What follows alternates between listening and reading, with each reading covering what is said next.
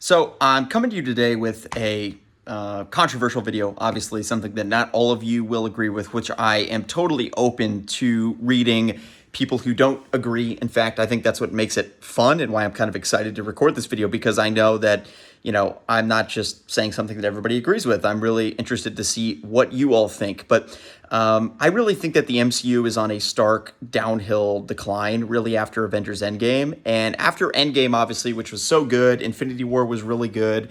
And even going back to some of their films from 2016, 2017, Captain America, Winter Soldier, Civil War, I mean, like, all these movies were really, really strong.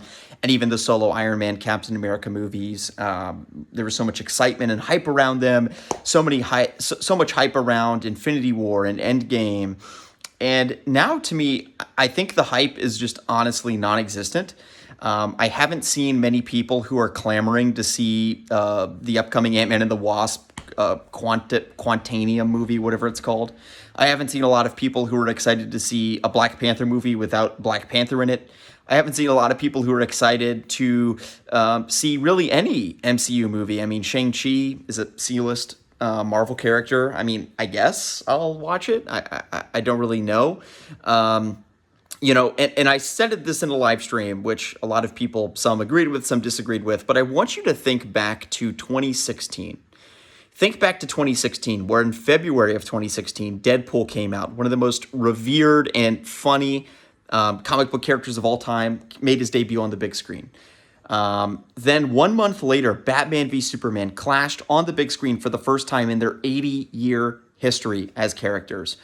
Truly a landmark cinematic event, and even though it wasn't executed ideally from a marketing perspective, it made under $1 billion. The hype for it since San Diego Comic-Con in 2015, since that trailer dropped, was off the charts. People were clamoring to see that film. They were waiting outside for days and days in line. It was like the Phantom Menace level hype, right? And people were so excited to see the film, and whether it divided fans, people were passionate.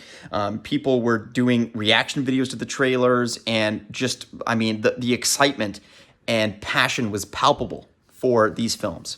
2 months later, Captain America Civil War came out on the big screen, which obviously was actually, Kevin Feige later admitted, was just their response to Batman v Superman. Once BVS was announced, they decided, hey, we need something kind of like that, so let's do Captain America versus Iron Man. And even though it's kind of lame that they copied DC, let's be honest here, 80% of Marvel characters are actually copied from DC anyway, so to see them borrowing plot lines and storylines is not that unusual. And I know to say that, like, really casts me as a hardcore DC fanboy, which of course anybody knows. I'm favored towards DC. My first comic book love was Spider-Man, but fundamentally I'm a DC guy, and it's been that way for about a decade now or more. But with that being said, I'm not an MCU hater. I love what they did with so much of the MCU. I enjoy the vast majority of the films that are in the MCU. But I think there are a couple of things. Back to my point about 2016. So we got Deadpool, BVS, Captain America versus Iron Man films, two incredibly anticipated films. Then you had Suicide Squad, a brand new Joker making his debut on the silver screen. Harley Quinn, one of the most revered female comic book characters of all time, making her debut on the silver screen in August of 2016. And also, we got an X-Men movie mixed in there as well. So fundamentally, 2016 was just a year that is the antithesis of what comic book movies should be. And people should be excited to see them. People should be excited to know what happens in the films. People should be anticipating them, throwing around predictions and discussing with their friends and excited about what's going to happen. Like, I remember leading up to BVS and Civil War, people were like, oh my God, who's going to win? Like, what's going to happen? Who's going to die? Is anybody saying that for Shang-Chi? Is anybody saying that for the Black Panther movie that doesn't have Black Panther in it? And I say that tragically because, obviously, Chadwick Boseman passed away from cancer. I mean, it's tragic. I'm not saying they shouldn't do another one, but I'm just saying, like, is anybody hyped out of their mind? Is anybody hyped out of their mind for the third Ant-Man movie? I mean, Doctor Strange seems cool. The new Spider-Man is, I'm excited to see it. I just don't really understand. Like, I don't understand where that oomph is. Where's that excitement? I mean, is anybody really hyped to see Captain Marvel 2? The first Captain Marvel was just the most painfully bland and formulaic film I've probably ever seen. And Black Widow, insert Black Widow, which I have the same critique of in many ways. I mean, it's so bland, formulaic. They're just taking this Marvel formula and plugging and chugging every single character through the formula. And when you're talking about Captain America or Iron Man or the most revered and well-known characters in the Marvel Universe, that's one thing. If you're talking about Spider-Man, that's one thing. I'll go watch a Spider-Man movie. I'll be excited for that. When you're talking about Shang-Chi, you're talking about Black Panther, you're talking about Ant-Man, those characters are not on that level. So you really need to justify why we need to see the film. And fundamentally, I understand they're in a transition period, but I'm not really understanding their strategy with these films. I'm not understanding how they're captivating that same level of intensity and intrigue. Just doing all these solo movies with C-list characters that nobody really cares about. I mean, some people care, and I'm not saying that I don't care about the movies. What I'm saying is that the hype doesn't eclipse what we had in 2016 or 2017. It doesn't eclipse what we had in 2012 with the first Avengers. And I think that's a big problem. Now, a lot of people raise the point in the live stream of like, well, Guardians of the Galaxy were D-list and they became B-list over time. And that's true. And I'm not saying that Shang-Chi is not going to be some like huge fan favorite. I'm just saying that a big part of what makes comic book movies successful is that they're event films and people look forward to them for years leading up to them, right?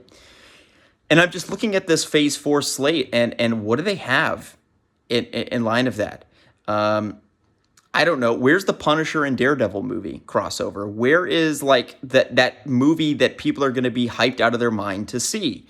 And right now they don't have it. They just don't. So I think that is a huge disappointment, frankly, because I want to love these movies. I want to be excited for them, but I can't get on here and pretend like I'm hyped out of my mind for Shang-Chi. I can't lie to you and say like I'm clamoring to see the new Ant-Man and the Wasp film, because I'm just not. I mean, if something is unveiled and that there are characters in it or some plot line that is really exciting, then that's one thing. But yeah, I think that they're taking this Marvel formula and plugging and chugging every single character in the Marvel universe into it.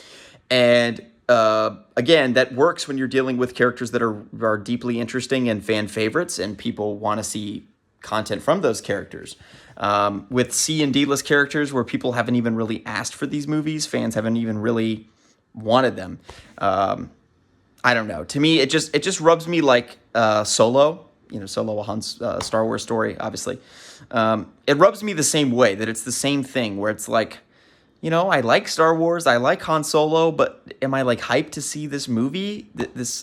No. And that's how I feel towards all of the Phase 4 movies is like, I like the Star Wars universe. I like Han Solo.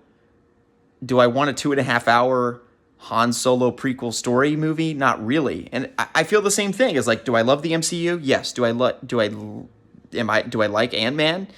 Yeah. I mean, Ant-Man's a cool character. I have some of his comic books. He's cool. Like, I don't know what to say, but like, do I want to see a third Ant-Man movie? Like, I guess that's the thing is like, it's not even that I don't want to see them. It's almost worse that like how painfully apathetic I feel towards Phase 4 is almost worse than if I felt passionately against it. Like if they had done something of like, we're going to make an evil Captain America movie.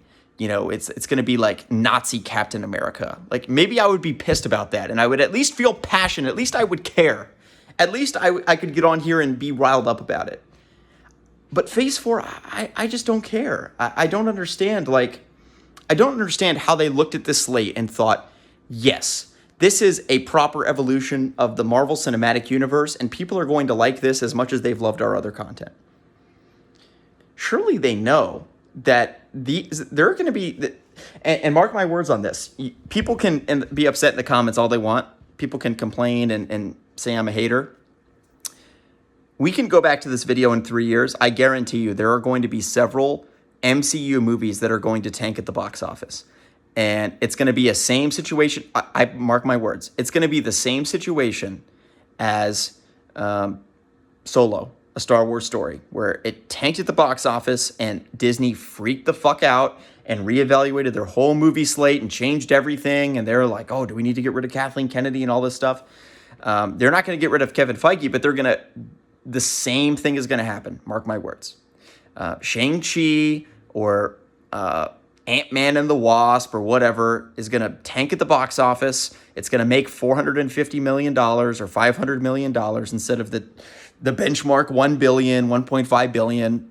And they're going to say, oh my God, we're creating too much content. We're doing too much. We need to step back and reevaluate. And yeah, and I guess there's some argument to be made that I'd rather see some content than nothing. But the reality of it is I want to see content that I'm excited for. I want them to unveil content that I want to see and am anticipating.